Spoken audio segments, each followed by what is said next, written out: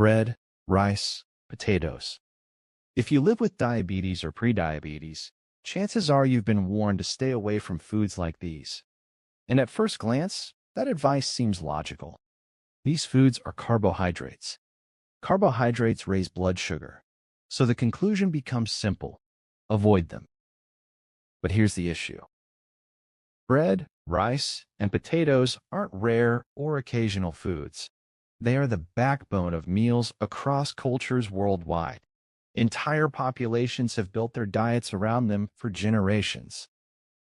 Asking someone with diabetes to completely eliminate these staples isn't just challenging, it's unrealistic over the long term.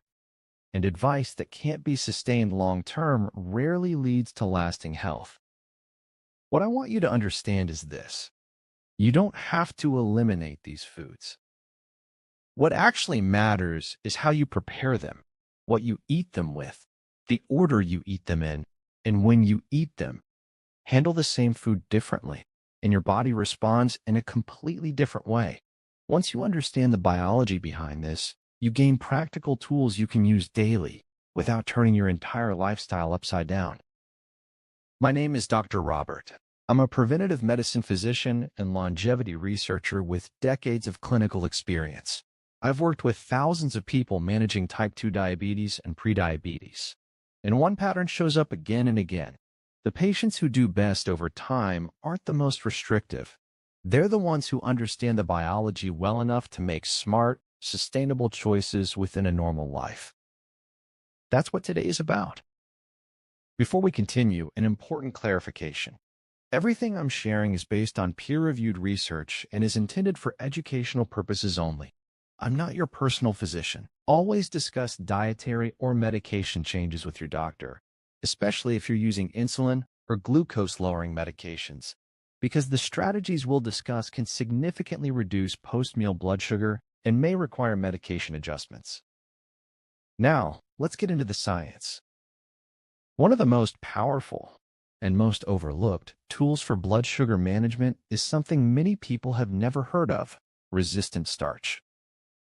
To understand it, let's first look at what normally happens when you eat common starchy foods. Freshly cooked white rice, pasta, or white bread are quickly broken down by digestive enzymes into glucose. That glucose rapidly enters the bloodstream, causing a sharp rise in blood sugar. Your pancreas releases insulin to manage the surge. But if insulin response is impaired or cells are resistant to insulin, glucose remains elevated longer than it should. Repeated spikes like this accelerate insulin resistance, strain the insulin-producing beta cells, and worsen diabetes over time.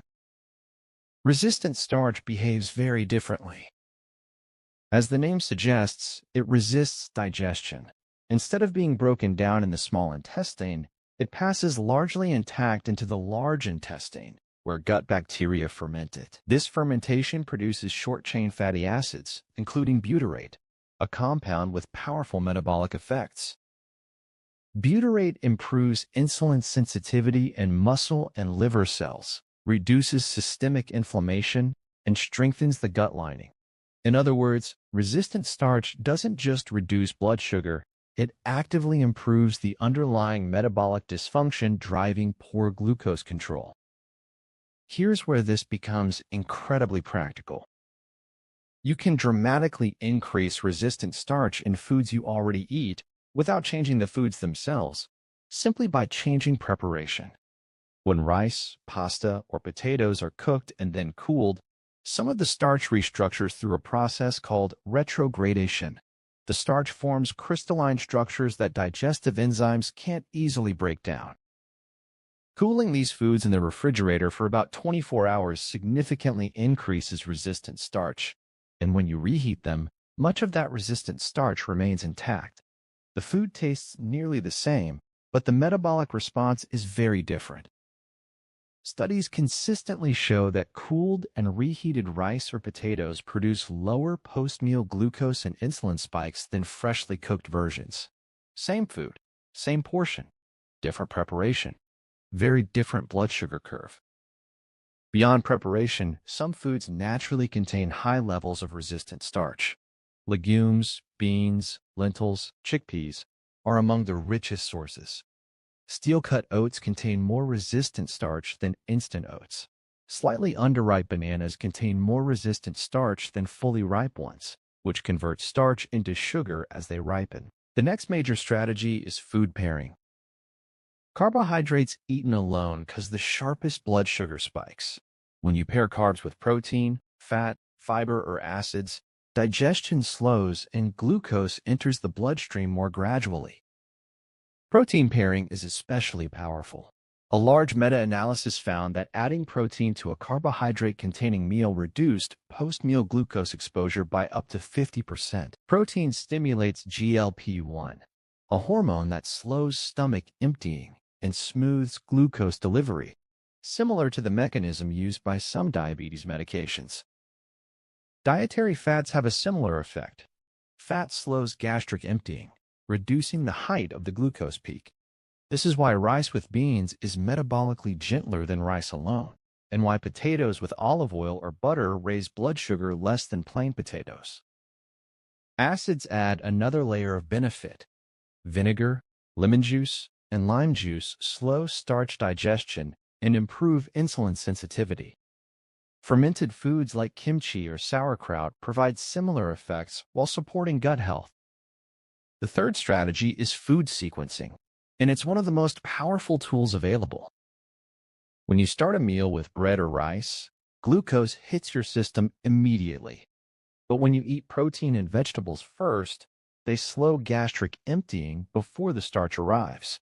The result is a slower, smoother glucose rise. In people with type 2 diabetes, eating protein and vegetables before carbohydrates reduced post-meal glucose exposure by about 40% and insulin response by over 30%, with the exact same meal eaten in a different order. The application is simple. Start meals with vegetables or protein.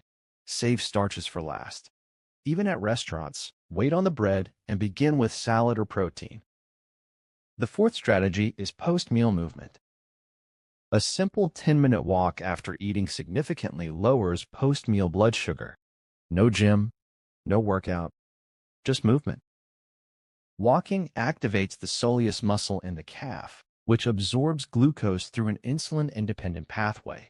That means it works even if you're insulin resistant. The earlier you move, ideally within 15 to 30 minutes, the better the effect. Light activity like standing or household chores helps too, but walking shows the strongest results.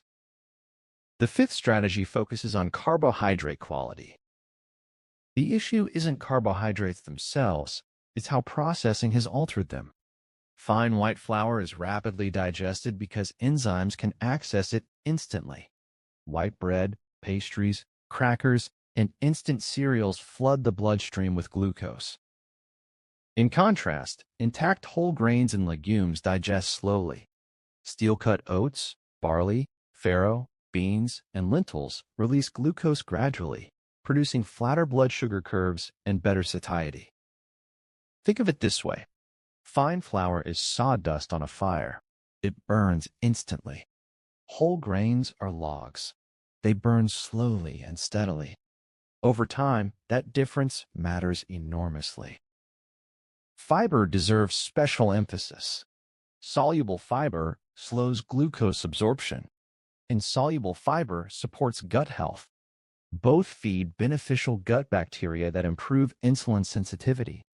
If you reduce carbs, fiber should be the last thing you remove. The sixth and final strategy is meal timing, especially your last meal of the day. Insulin sensitivity follows a circadian rhythm. It's highest in the morning and lowest in the evening. At night, rising melatonin suppresses insulin secretion, making late meals, especially carb-heavy ones, the worst possible timing for blood sugar control. Eating dinner at least 3 hours before bedtime leads to better overnight glucose levels and lower fasting blood sugar the next morning. So let's bring this together. You don't need to eliminate bread, rice, or potatoes. You need to change how you work with them. Cook, cool, and reheat starches to increase resistant starch. Pair carbs with protein, fat, and fiber. Add acidic components like vinegar or citrus. Eat protein and vegetables before starches. Walk for 10 minutes after meals.